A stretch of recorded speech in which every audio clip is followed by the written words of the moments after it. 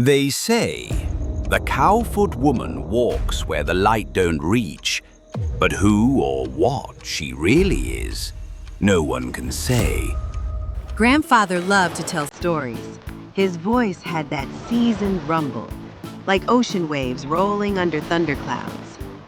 He'd sit on the porch sipping warm bush tea and say, "Don't let the dark catch you, girl, else the Cowfoot Woman gon' find you." He told that to Mommy when she was little. She believed him, said she never once stayed out late alone. Except for that one time. The time she met the rooster. But that's another tale. The Cowfoot Woman's story is older than our last name, passed down through generations like a secret handshake between the brave and the scared. Everyone knows of her. No one claims to have seen her. Well, almost no one.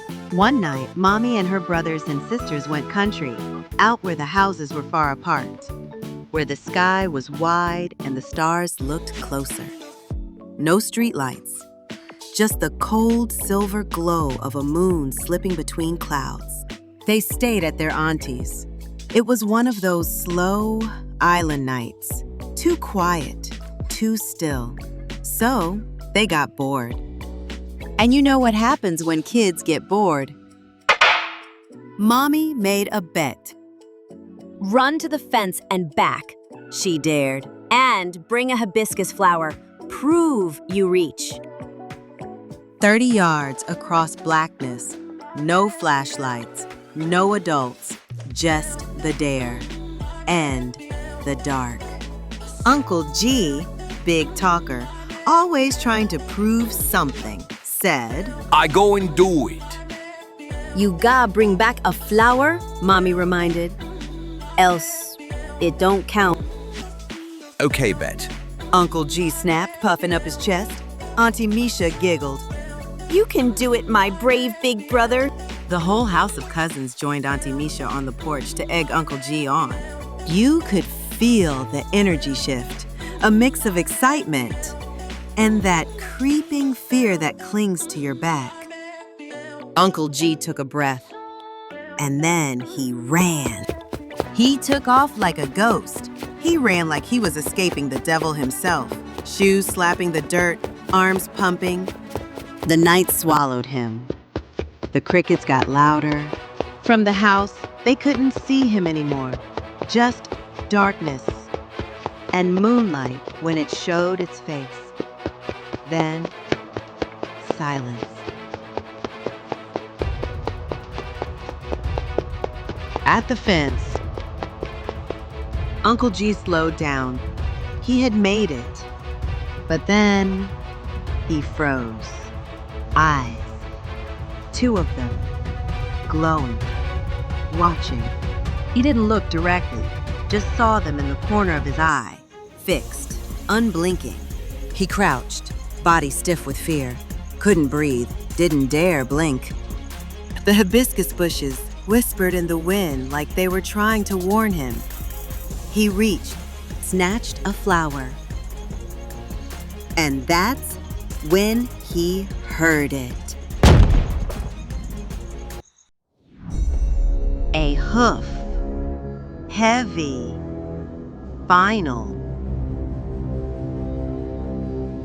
He turned around hoping to grab the flower and run away, but he looked down and saw them. 2 hairy legs with hooves standing still.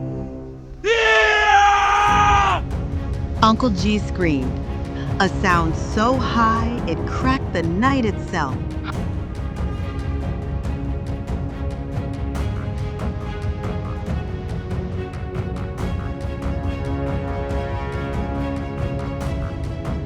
He spun around, ready to bolt, but he couldn't move. Something had grabbed him. His shirt, yanked back. Harder and harder, like unseen hands dragging him away from safety. He fought, kicked, clawed, but nothing worked. He didn't make it back to the house. The others froze, too scared to speak, too scared to move. Mommy whispered, You think the Cowfoot Woman got him? They waited. He didn't return. No one dared to tell the adults. No one dared to go outside. Not after that scream. Mommy felt guilty for dearing Uncle G, but she couldn't tell the adults, and she wasn't going to find out for herself either. The sun rose like a sleepy witness to a crime. They crept outside. There he was, hanging off the fence, stinking like the dead. Is he dead? Someone asked. Then Uncle G moved, groaned. Alive, but traumatized. Mommy stood there, staring at Uncle G, wondering what could have happened to cause him to not return last night. They stood there, puzzled. The siblings spoke amongst themselves, trying to figure out what they should do, how to get him back to the house. Uncle G started to come too. He had passed out cold, soiled himself twice. Oh, what's going on? Where am I? How long was I here? I don't feel good. What happened to me? That's what we trying to figure out. You never came home last night, and we were too scared to come look for you. Mommy asked Uncle G, Do you remember anything? Tell us what happened, why you didn't come back. All the cousins sat down, anxiously waiting for Uncle G to answer. I saw her. He yelled. She grabbed me. The Cowfoot Woman grabbed me. Everyone stared at Uncle G like he was crazy. No one saw anybody or anything around. Mommy got annoyed. If the Cowfoot Woman grabbed you, why are you still here? You look fine to me. She held my shirt, and I couldn't move. But then, they saw it. His shirt caught on a nail. Boy, nobody grabbed you, they laughed. You got hooked, No, man, I saw hooves and hairy legs. he insisted. Then, everyone jumped. Across the fence, a cow stood up, looked at them, blinking like she was annoyed. What was that? Everyone shouted. Auntie Misha gasped. Nino! Uncle Tomo howled, laughing. That's a cow, fool! Cows ain't got no hands to grab you!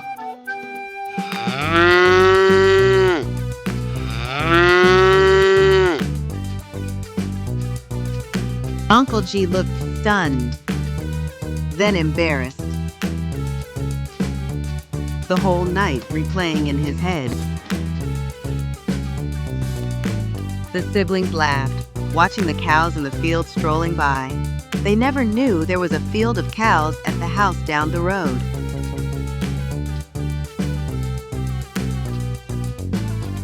Uncle G couldn't believe it. He pleaded with Mommy. It can't be.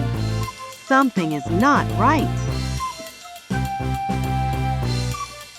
He even tried to recreate the night and explain what he did, what he saw, and how he was grabbed. Mommy burst out laughing. She couldn't help herself. It was too funny. So funny, it brought tears to her eyes in laughter. And then, he laughed. I ain't doing that again. he said, face red. Not even for $1 million. The others cracked up. And then, You better go bathe. You smell like the outhouse. the stench hit them, straight to the nostrils. You ain't even come for me. He cried. You all just left me out here all night. He exclaimed. And die with you? They shouted back. That was your decision, Mommy said, laughing. As the noise from laughter was echoing, the cow walked up to look. Turns out the cow belonged to the neighbor. She saw him stuck, stayed with him, like a four-legged guardian in the night. Mommy thought to herself, we didn't come save him, but the cow knew what he needed. Comfort. But still, Uncle G came the closest of them all. He saw hooves. He felt the pull. He believed. And that's all it takes, isn't it? Belief. Because on the islands, stories don't die. They wait. Mommy wanted to keep the memories they made in those days. She decided that pictures would be a great way. However, pictures last, but not as long as legends, especially the legend of the Cowfoot Woman. That night still wasn't clear. Mommy often thought about that night when she would sit out on the porch of Auntie and Uncle. Grandpa told her the story of the Cowfoot Woman, and then, as I came along, Grandpa told me too.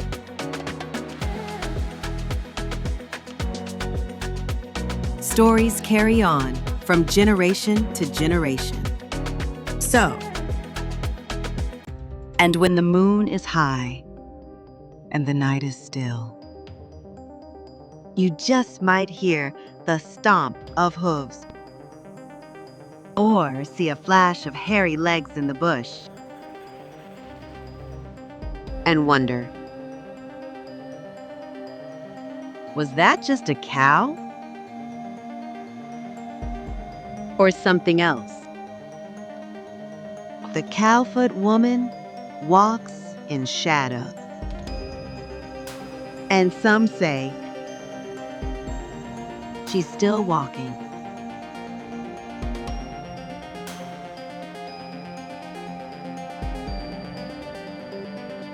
Even now.